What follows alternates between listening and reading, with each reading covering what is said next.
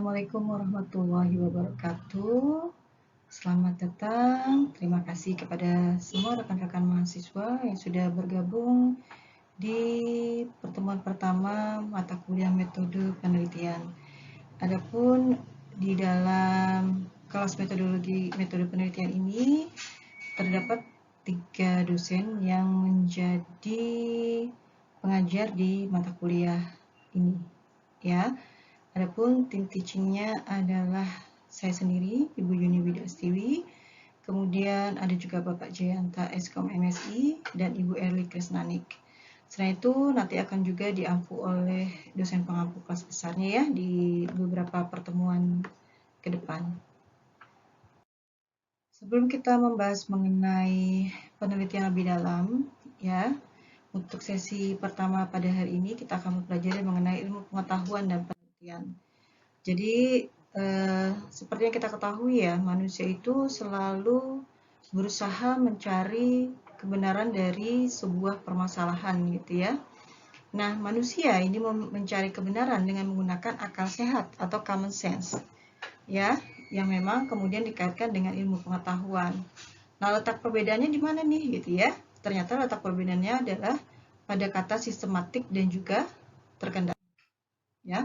Jadi kalau kita perhatikan ya, terdapat 5 hal pokok yang membedakan antara ilmu dan juga akal sehat. Ya, jadi kalau kita pahami bahwa ilmu ini dikembangkan melalui struktur-struktur teori, kemudian diuji konsistensi internalnya. Jadi dilihat konsistensinya. Ya, jadi dilakukan dengan beberapa kali percobaan maupun pengujian ya. Nah, kemudian dari teori dan hipotesis ini juga diuji secara empiris atau faktual. Ya. Ini juga bisa dikerjakan oleh seseorang yang bukan ilmuwan dengan cara melalui selektif. Nah, kemudian ada juga pengertian kontrol terhadap penelitian ilmiah. Ya, jadi kalau kita perhatikan ya, seperti ilmu pengetahuan di bidang misalkan biologi, kimia, fisika, ini biasanya ada beberapa percobaan yang memang harus melalui controlling yang baik, yang tepat ya, untuk menghasilkan sebuah zat atau sebuah fungsi atau sebuah objek yang memang sudah ditentukan. Kemudian menekankan adanya hubungan antara fenomena secara sadar dan sistematis. Ya, jadi kalau kita lihat ya, tidak dilakukan secara asal-asalan gitu. Jadi tahapannya ini sudah dilakukan secara tersistem. Kemudian cara memberi penjelasan yang berlainan dalam mengamati suatu fenomena. Jadi kalau kita lihat ya, ilmuwan melakukan dengan sangat hati-hati. Kemudian menghindari penafsiran yang bersifat metafisis. Ya, proposisi yang dihasilkan selalu terbuka untuk pengamatan dan juga pengujian secara ilmiah. Ya, ini adalah beberapa hal pokok ya yang membedakan antara ilmu dan juga akal sehat. Sejalan dengan beberapa hal yang ada di alam gitu ya, di ilmu pengetahuan, ini ada proses sekularisasi dari alam. Ya, jadi awalnya tuh manusia menganggap alam suatu hal yang sakral, sehingga antara subjek dan objek ini tidak ada batasannya. Kemudian hukum didefinisikan sebagai kaitan yang tetap dan harus ada di antara gejala-gejala yang diinterpretasikan ke dalam hukum-hukum yang berlaku secara normatif. Ya. Kemudian ada juga dikaitkan dengan Tuhan atau para dewa sebagai pencipta hukum yang harus ditaati. Ya, jadi mereka menganggap bahwa alam ini adalah sebuah proses yang memang sudah ditentukan gitu ya oleh hukum-hukum yang ada. Kemudian sejalan dengan itu terjadi pergeseran konsep hukum ya di dalam alam. Pengertian hukum ini disesuaikan dengan hukum alam, tatanan di alam ini dapat disimpulkan juga melalui penelitian secara empiris. Ya, kemudian Tuhan sebagai pencipta hukum alam secara berangsur-angsur memperoleh sifat abstrak dan impersonal. Kemudian pengetahuan alam bagi manusia modern dengan kemampuan ilmiah, manusia mulai membuka rahasia-rahasia alam. Ya, sama ya, misalkan kayak sekarang ya, ternyata di bawah laut itu bisa terjadi pertemuan antara dua laut tapi airnya tidak bercampur ya, karena lama-kelamaan teknologi ini semakin berkembang. Dan juga ternyata gunung-gunung itu sebenarnya adalah berpindah gitu ya. Cuma memang perpindahannya nggak kayak manusia, jalannya cepat gitu ya, tapi dia setiap saat gitu ya, itu ada perpindahan yang memang bisa dibuktikan secara ilmiah. Nah, bagaimana mencari kebenaran? Nah, ini beberapa tahapannya ya. Jadi bisa saja gitu ya, ketika mencari kebenaran ini ditemukan secara kebetulan saja ya. Jadi sama ya kayak penemu post-it. Jadi penemu post-it itu sebenarnya secara kebetulan ya, dia sebenarnya pengen bikin lem yang sangat kuat, tapi ternyata dapatnya lem yang sangat lemah. Ya, sehingga sekarang kita bisa menulis catatan tanpa merobek kertas ya, atau membuat kertas tersebut rusak. Atau trial and error. Ya, ini bisa saja kita lakukan. Jadi maksudnya ya untung-untungan coba-coba kan gitu. Ya. Kemudian bisa juga melalui otoritas. Ya, jadi bisa melalui seseorang yang memegang kekuasaan. Nah, untuk berpikir kritis ini bisa berdasarkan dari pengalaman juga ya. Nah, ini juga bisa didasarkan secara deduktif maupun induktif ya. Deduktif ini artinya kita berpikir dari hal-hal yang umum ke hal yang khusus. Sedang induktif itu dari yang khusus ke yang umum.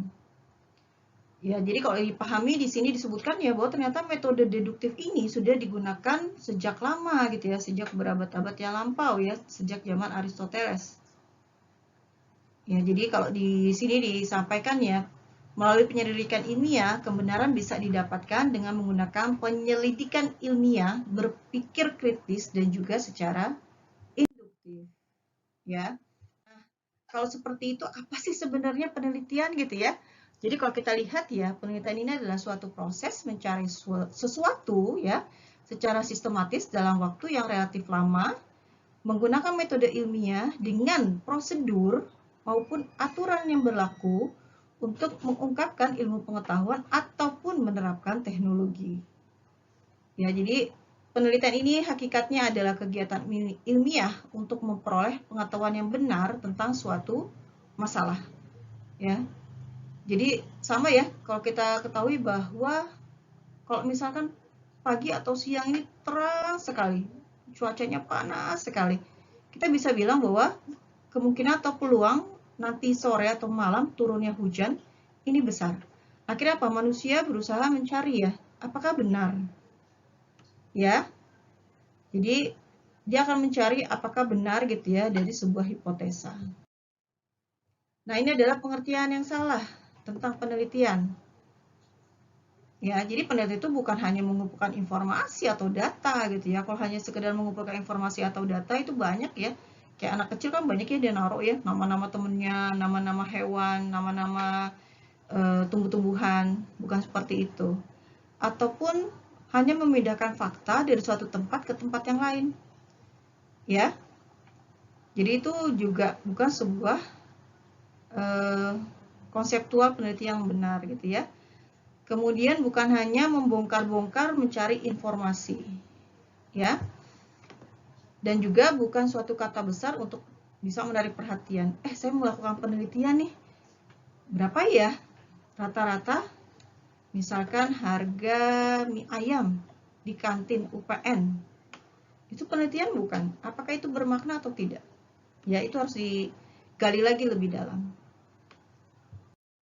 Oke, nah ini adalah pengertian yang benar tentang penelitian. Penelitian dimulai dengan suatu pertanyaan atau permasalahan.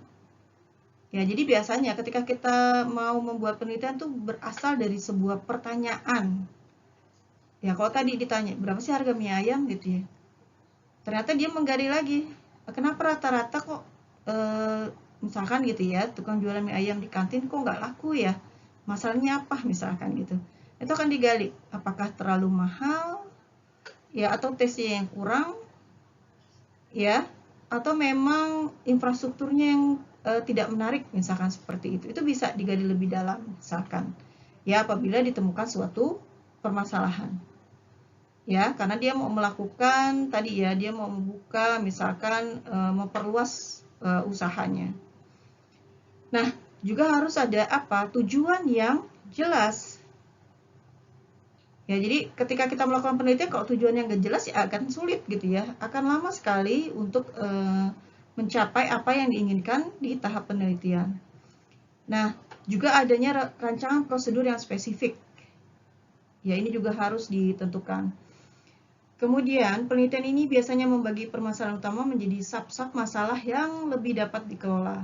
Ya, jadi untuk membantu menjawab permasalahan, di sini kita harus bisa mengidentifikasi, mendekomposisi dari sub-sub masalah yang ada. Nah, penelitian diarahkan oleh permasalahan, pertanyaan, atau hipotesis penelitian yang spesifik. Bisa juga penelitian menerima asumsi kritis tertentu, gitu ya. Kemudian memerlukan pengumpulan dan interpretasi data dalam upaya mengatasi permasalahan yang mengawali dari sebuah penelitian. Nah, yang terakhir ini secara alami, gitu ya, yang namanya penelitian itu adalah proses yang bertahap terus-menerus, ya, berputar secara siklus.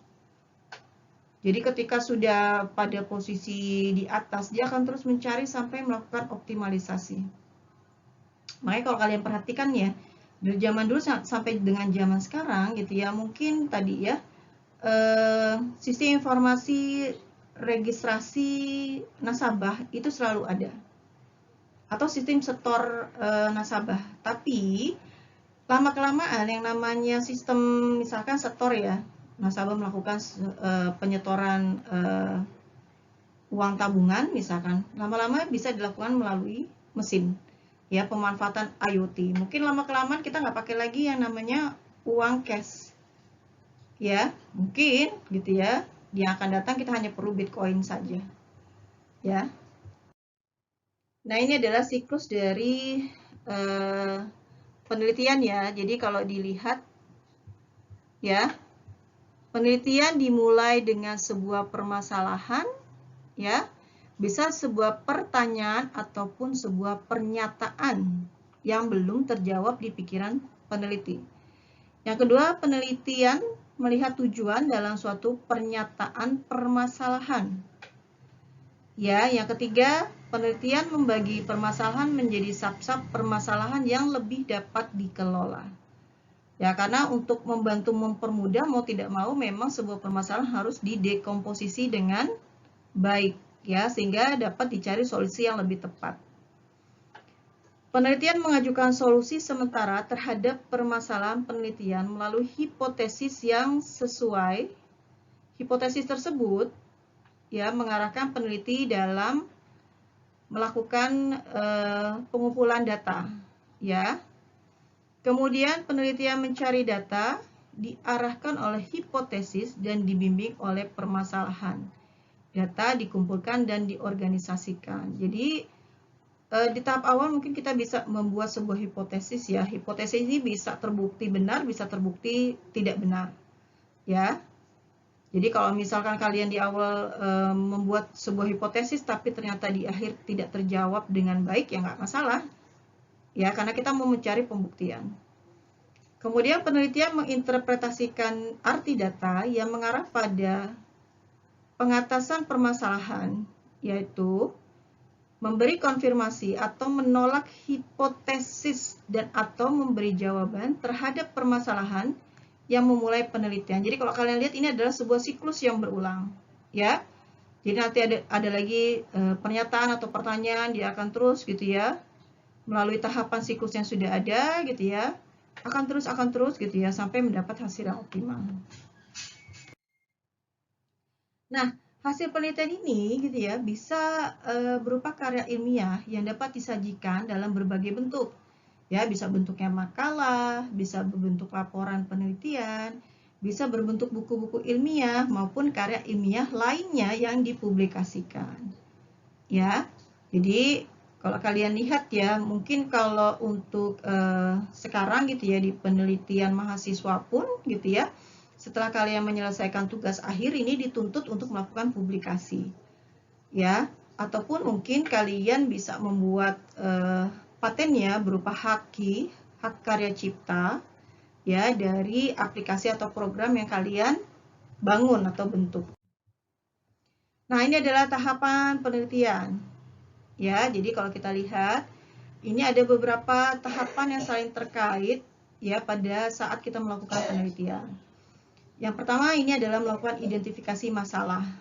Ya, jadi kita tahu apa yang menjadi permasalahan yang akan kita lakukan penelitian.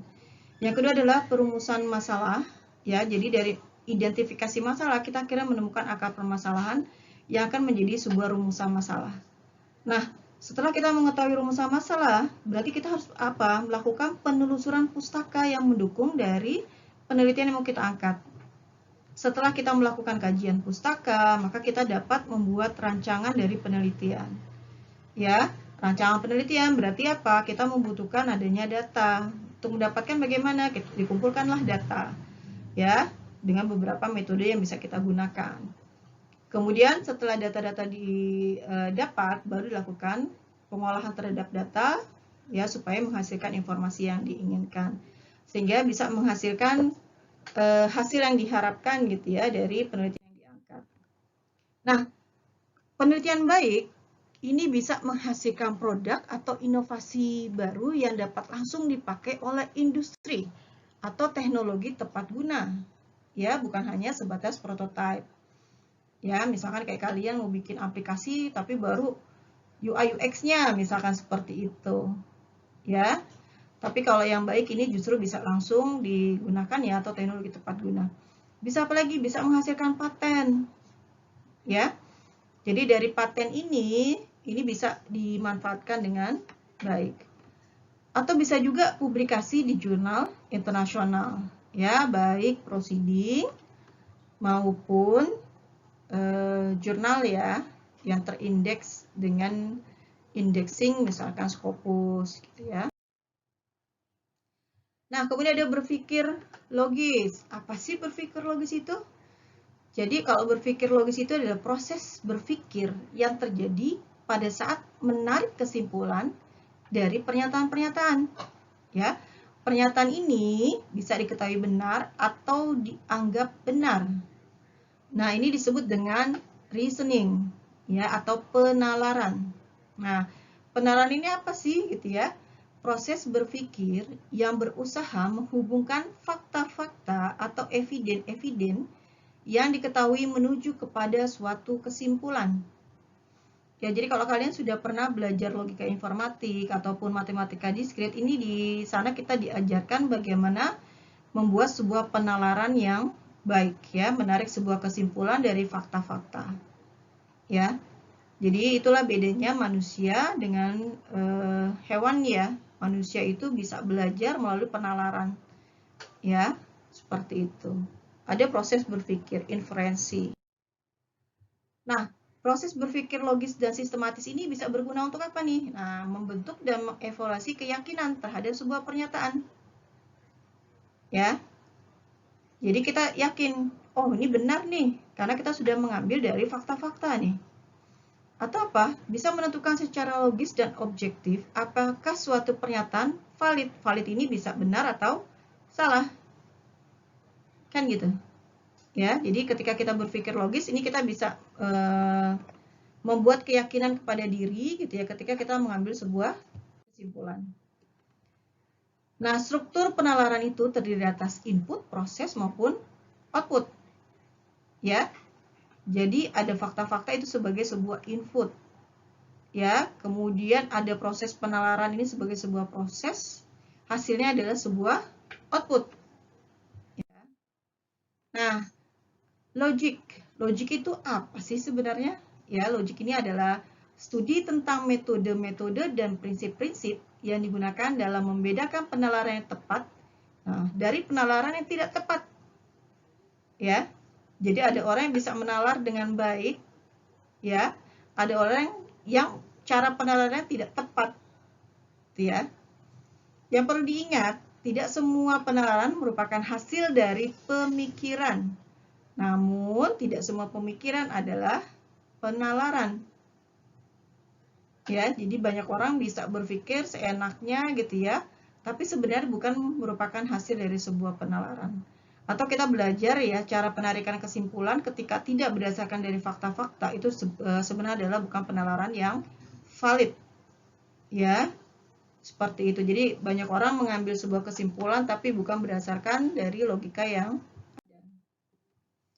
Nah, ada dua macam pendekatan penelitian ya. Jadi bisa secara deduktif. Deduktif itu dari yang sifatnya umum ke pengetahuan yang bersifat khusus.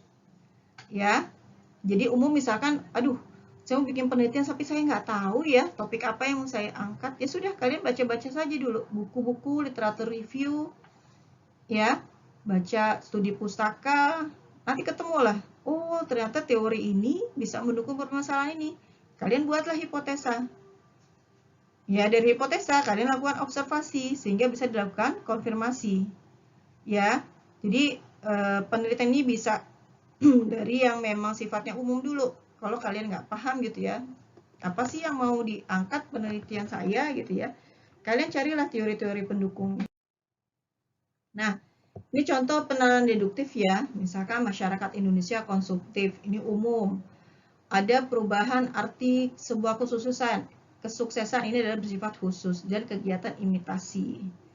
Ya, menampilkan gaya hidup konsumtif sebagai prestasi sosial. Atau kita bisa lihat berdasarkan fakta berikut ya. Jarak Jakarta-Surabaya kurang dari 700 km atau antara 750 dan 1500 km. Jarak Jakarta-Surabaya tidak lebih kecil dari 750 km. Jarak Jakarta-Surabaya tidak lebih besar dari 1500 km. Nah, di sini kita bisa mengambil kesimpulan, maka jarak Jakarta-Surabaya ini adalah di rank 750 km sampai 1500 km. Ya, itu cara penalaran deduktif ya, dari yang umum, kemudian kita tarik kesimpulan untuk menarik kesimpulan yang khusus. Nah, ada dua macam pendekatan penelitian ya, yang tadi deduktif, kemudian yang ini adalah induktif. Ya, logika induktif ini berasal dari pengetahuan baru yang disimpulkan dari pengetahuan yang sebelumnya. Ya. Jadi kalau induktif ya, ini justru dari pengetahuan yang spesifik atau khusus ke arah yang lebih umum. Jadi bagaimana? Dibalik dia. Ya. Jadi kalau di induktif ini justru dari observasi dulu. Ya, atau sifatnya di sini disebutkan ya bottom up. Observasi, oh ternyata ada permasalahan A gitu ya. Kemudian dia lihat lagi polanya seperti apa ya. Kemudian dia bisa membuat hipotesa yang tentatif. Sehingga apa? Dia carilah teori-teori pendukung untuk bisa membantu menyelesaikan permasalahan yang ada di tahapan awalnya ya, di saat dia melakukan observasi. Oke, di sini ada contoh penelitian induktif ya. Misalkan ada premis. Jadi ada fakta apel 1 keras, warnanya hijau, rasanya masam. Apel 2 juga keras, warna hijau, rasanya masam. Apel 3 juga sama, keras, warna hijau, rasanya masam. Dari ketiga fakta, dia bisa menarik kesimpulan. Nah, karena sudah 3 kali percobaan nih, dia bisa bilang semua apel keras, warnanya hijau, dan rasanya masam. Berdasarkan dari fakta yang ada gitu ya. Walaupun pada kenyataannya, itu tadi, karena dia melakukan penelitian kebetulan, dia mendapatkan fakta-fakta tersebut. Padahal ternyata apel itu ya tadi ya, ada yang memang lembut, warnanya sudah merah, ya, dan rasanya juga manis. Cuma karena dia mengambil dari fakta, ini sudah benar gitu ya, dia mengambil dari fakta. Kalau kita lihat ini sudah valid, gitu kan? Tapi ternyata kalau pada implementasinya, apel itu tidak semuanya seperti itu. Atau yang kedua contohnya ya, ada fakta harimau berdaun telinga berkembang biak dengan melahirkan. Sapi berdaun telinga berkembang biak dengan melahirkan. Ikan paus berdaun telinga berkembang biak dengan melahirkan. Nah, semua hewan yang berdaun telinga berkembang biak dengan melahirkan. Nah, balik lagi di sini karena faktanya seperti itu, sehingga dia bisa menarik kesimpulan seperti ini. Ya, dia kalau secara penarikan kesimpulan adalah benar. Ya, karena dia menarik kesimpulan berdasarkan fakta-faktanya. Nah, tipe berpikir induktif ini ada 3 ya, ada strong inductive argument, ada weak inductive argument, dan a good inductive argument. Ya, jadi argumen di mana premis membuktikan bukti-bukti yang kuat untuk mendukung dari suatu kesimpulan. Ini adalah strong inductive. Ada juga weak inductive. Ya, jadi weak ini tidak memberikan bukti yang kuat untuk mendukung sebuah kesimpulan. Nah, yang terakhir adalah good induktif. Ya, induktif argumen yang kuat dengan premis yang benar. Ya, jadi ini yang paling baik ya, induktif argumen yang kuat dengan premis-premisnya yang benar. Oke, ini ada lagi ya perbandingan penalaran ya. Jadi deduktif. Deduktif itu berarti dari umum ke khusus. Umum, setiap mamalia punya jantung, semua kuda mamalia. Ya, jadi dia bisa menarik kesimpulan adalah setiap kuda punya sebuah jantung. Ada juga induktif ya, dari khusus ke umum. Kuda Sumbawa punya jantung, kuda Australia punya jantung, kuda Amerika punya jantung, kuda Inggris punya jantung. Jadi dia bisa menarik kesimpulan bahwa setiap kuda punya sebuah jantung. Nah, jadi kalau di sini ya kita bisa lihat bahwa penelitian dengan metode ilmiah merupakan gabungan dari pendekatan deduktif maupun pendekatan induktif. Ya, penentuan hipotesis merupakan proses deduktif. Ya, jadi dari umum ke khusus. Mengumpulkan data adalah proses induktif dari khusus ke umum. Sedangkan menentukan data yang diambil dan diteliti merupakan proses deduktif. Ya, dari umum ke khusus. Ya, jadi ini beberapa hal yang memang bisa kita gunakan gitu ya di dalam mendukung proses penelitian. Ya. Baik, terima kasih untuk pertemuan hari ini. Cukup sekian, nanti kita akan bahas sesi tugas di saat pertemuan di hari Senin ya, di jam 13.00. Baik, terima kasih atas atensinya. Ya, selamat membaca. Semoga apa yang kami sampaikan bisa banyak membuka wawasan dan pikiran kalian mengenai konseptual dari metode penelitian. Ya, karena di dalam tahapan metode penelitian ini sangat membantu sekali bagi rekan-rekan mahasiswa di dalam mengimplementasikan pada saat kalian akan membuat proposal tugas akhir maupun mengerjakan tugas akhir itu sendiri. Baik, terima kasih. Wassalamualaikum warahmatullahi wabarakatuh.